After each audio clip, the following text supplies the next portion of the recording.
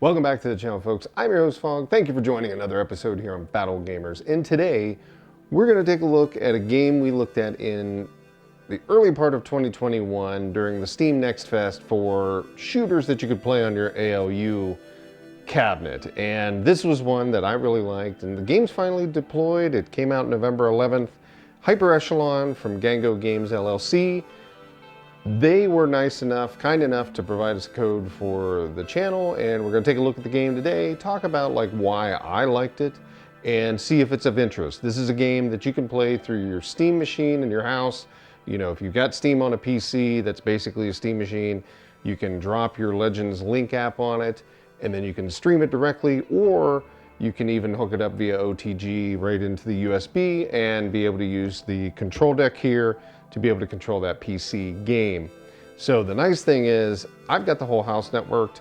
I can just drop in any game and then be able to play it on here.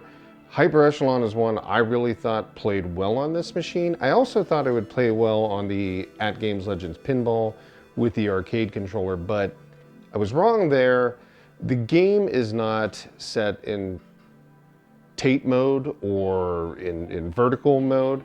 It's more of a horizontal style game, even though it's a top-down shooter.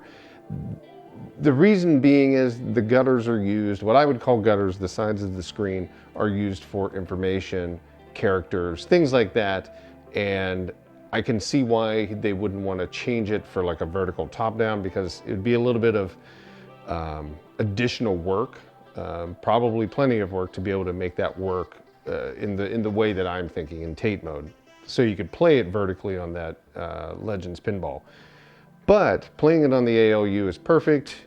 Great control setup. Every button works the way it's intended. There is no need for a right trigger and left trigger, so you're just fine with the right bumper, left bumper. So the Z and C on here, or I guess it's the Z, X, Z, and Y, however you want to look at it. There's 6 buttons on this controller, and it works perfect for the game. So, talk about the game. One of the things that I like about Hyper Echelon is it reminds me a lot, and it may have, I don't know this for a fact, but it may have taken some inspiration from Skyforce. Skyforce is one of my favorite shooters out there. There was Skyforce Anniversary and Skyforce Reloaded. I've played Anniversary on the Nintendo Switch, played all the way through, 100% of the game. These are games that are not like you go for just score. You can in Hyper Echelon, but these are games that are going to take you like, you know, upwards of 30 hours to get through, because you've got to go through and you've got to play each thing over and over again, and you're not going to get everything the first time. So it's definitely one of those experiences where it's, you know, go, die, come back, go, die, come back. Or beat the level and come back to be able to complete other objectives in the level. So, talking about Skyforce, Skyforce was more of a, while it's still a game and it's still a interpretation of what somebody feels like a more realistic shooter would look like, it's definitely got its own style and art and everything to it. Hyper Echelon is, again, its own style. I like the idea, I like the story that played out in the game. So I like both of those factors around it. I like the replayability of going into each level over and over again. I like the different challenge levels. In Hyper Echelon, you go, like, you start on Rookie, then you go to Normal, then you go to Hard, and then you go to Master, and that's in each level. There's 4 different challenges or 4 different difficulties. Same thing in Skyforce. You're collecting gold gears, I think it is in this game, or gold parts. And those are what you use to upgrade your skill tree. And Skyforce had the very similar thing. It was stars. So you just go through and you continue to collect, and then you upgrade those skill trees. And they're pretty vast and wide, and you're just basically upgrading your ship's capabilities. There are other side missions or side quests within each mission, but overall that's kind of, they're very similar across the board in design and style and everything. This game here, Hyper Echelon, you can go through, and you can also do another mode, which is survival mode. Survival is basically just points. It's got a leaderboard. You can go in, you can see under any of the missions, here's your leaderboard for this first simulation, and it gives your top people, and you know, I'm number 24, just playing along with it and seeing what it's like. You can see your friends on Steam, and you can see the global leaderboards. So that's one. Then there's multiple survival missions there. And then you've got boss rush mode where the bosses that you've unlocked, I've only unlocked four of the 10, but you can go through and see how quickly you can beat those, and it's in succession. So it's boss after boss after boss. There's a leaderboard for that as well. So there are some modes to keep you coming back and playing after you've even beat the game, which is great. You know, that's always a nice thing. If you go into missions, you can also do another thing. It's especially cool on the ALU, although it would work the same if you're just sitting in front of the TV, is if you choose a mission and you go in to play that, you have a wingman after you beat the first mission on Rookie. Once you've got that wingman, then you can go in and you can hit start again and you can enable player 2. So now locally, both of us can be playing, so one person on player 1, one person on player 2, and we can sit there and go through the game together and play it, and somebody can help me get through my game. Very cool feature. It's nice to sit down, play the game with others. It does make it a little bit, I don't even know if it makes it easier, to be honest, because the game is challenging. Let's just say that, and it's made to be challenging. As I had mentioned, when you go into the game, you have different side missions. So each mission, like the first world or the first stage, is in the Nova system, and you have essentially 4 things you've got to do to be able to get through that, to then get to open up stage 2 or stage 1 normal mode, right? Because you start on normal, or you start on Rookie stage 1. So the different things that you can do: defeat the boss, so that's the end boss, collect 70% of all gold parts that are available in the game or in the stage, collect 10 plasma containers, and defeat 100% of enemy forces. I'd like them to say defeat 100% of enemy destructible forces or something like that. There are some enemies that you can't destroy at all, but you still get credit even if you don't destroy them and you destroy all the others. I wish there was a little definition there that explains that, because I don't think that you would notice it right away, but some people may get confused and they see enemies on there that they know they didn't kill, but yet they get the achievement, or not the achievement, but the actual quest component is achieved when you go through and you beat all of those characters, even though they're not destructible, every one of them. So maybe some clarification on there, but that's not a big thing. You'd figure it out maybe 1 or 2 times through. It's not a big deal. But as you go through, so you unlock Rookie, you unlock normal, you unlock hard, you unlock master, you get a X increase on your gold parts. So if you are on Rookie, you get 1X parts. So basically, if I destroyed 1,000, or if I got 1,000 parts times 1, I'd get 1,000 parts credited, so I can use those to upgrade. If I go to the Ace mode, which is normal mode, I guess, and that's times 1.5, so you would get 1,500 parts. If you go to Veteran, which is kind of hard mode, you would get 2x, so 2,000 parts if you got 1,000. And then the final one that I know of is 2.5, which is the master level. There might be one above that, I'm not sure. I don't think so. I think there was 4 in Sky Force, so I'd expect there's 4 different difficulty levels as you play in Hyper Echelon as well. So if we were to go through, go back, you can also do a lot of upgrading on the ship. As you can see here, you've got cannon, you've got your laser, you've got drones, armor, and radio. And then you've got some additional abilities that you can fire off with, like X, Y, and B, which are your shield, focus, which slows everything down, and then cyclone, which kind of wipes out all the bullets in an area, because it is kind of a bullet hell, right, in that sense. But each of those things, of all the things I've listed, have 4 different levels that you can upgrade. So it takes essentially 10 upgrades to get to the next level of each of those. So lots of upgrading the skill tree, the ship, capabilities. it's a lot of gameplay. Like I said, you can probably play these for 20 to 30 hours easily. And then you also have the component of survival mode and boss rush. So it's kind of a nice little package that Gango Games has put together. And talking about like where they're at with this game in terms of, you can find out on Steam, and I don't know if everybody knows about this, but you can find out a lot of data on Steam if you go to like SteamDB or SteamDB.com or go to SteamSpy.com. You can kind of see what the game is doing right now. It came out on the 11th of November. They have roughly about 6,000 to 7,000 sales, right? And maybe 1,000 of those could be ones they gave away to streamers and YouTubers. 500 of those, whatever it is, it's kind of a ballpark number. It's not exactly correct, but it's based upon Steam's open data that they provide. And essentially just, you can find out a lot of data on Steam. So these are the numbers for Steam, but like I said, there's about 6,000 to 7,000 units in Steam's ecosystem.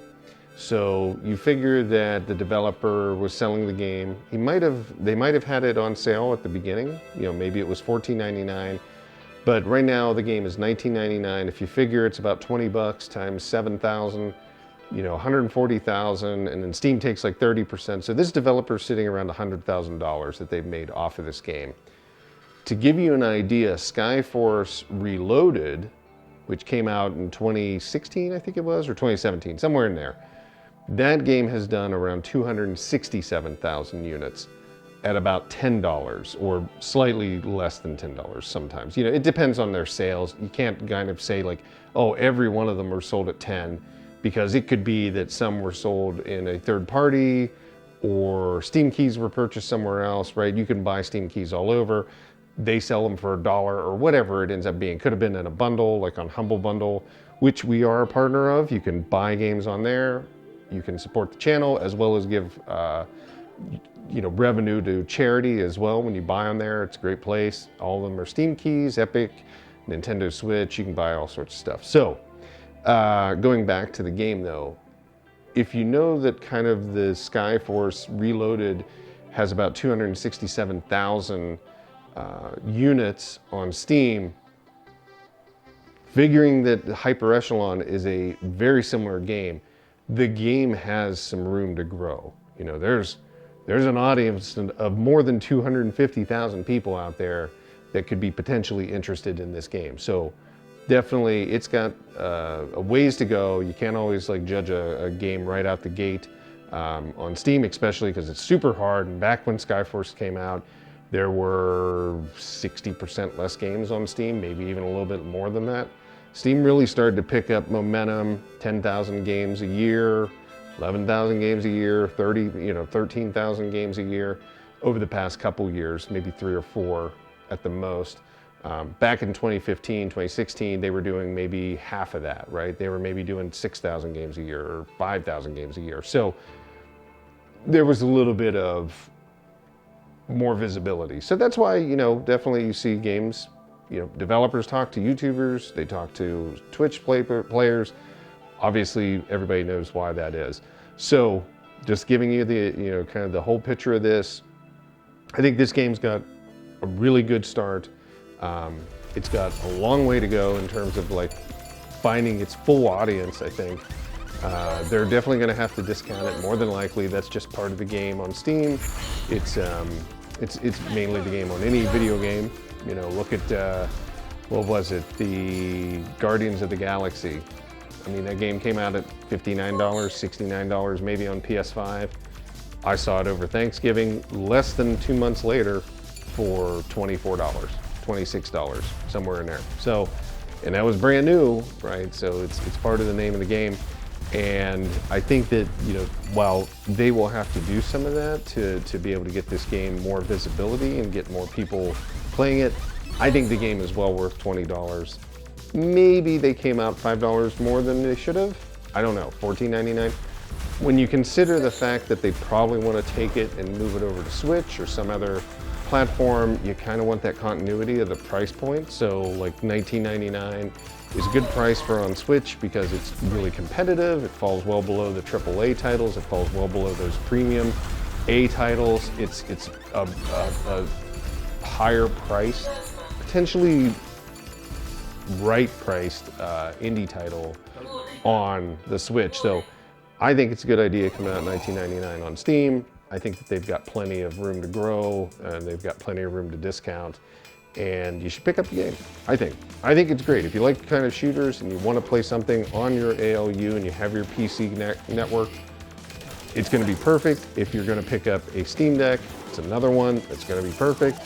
And if you're just sitting in front of your TV or in front of your PC playing, it's going to be perfect. They're great games. I like them.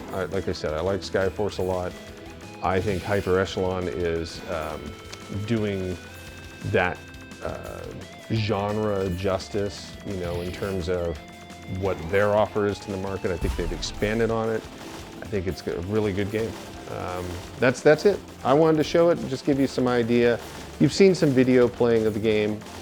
Obviously, you can make up your own mind, but definitely gets a thumbs up from Battle Gamers. And we look to bring more of these that will work on or that play well on the ALU. All games can work on the ALU. You just have to grab your regular Steam controller or Xbox controller if you really want to play like even, you know, more advanced games or survival games or whatever you want to play, right? Like you just use this as a screen, but ultimately playing with the control deck, playing the game on here, it really has a good feel, and I think it will help a lot of people see the value of like the LegendsLink app, playing these types of games from your Steam PC in your house.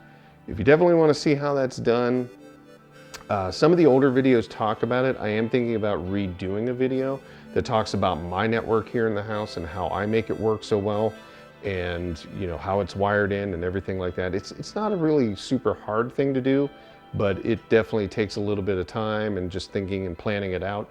If you want to see something like that, definitely leave that in the comments. Leave the comment about how the game turns out. I mean, obviously, we're not sitting here trying to say like, go spend your money on it, but I think it's well worth this kind of game. I really enjoy this game, but everybody make up their own mind on these. You may not like these types of games.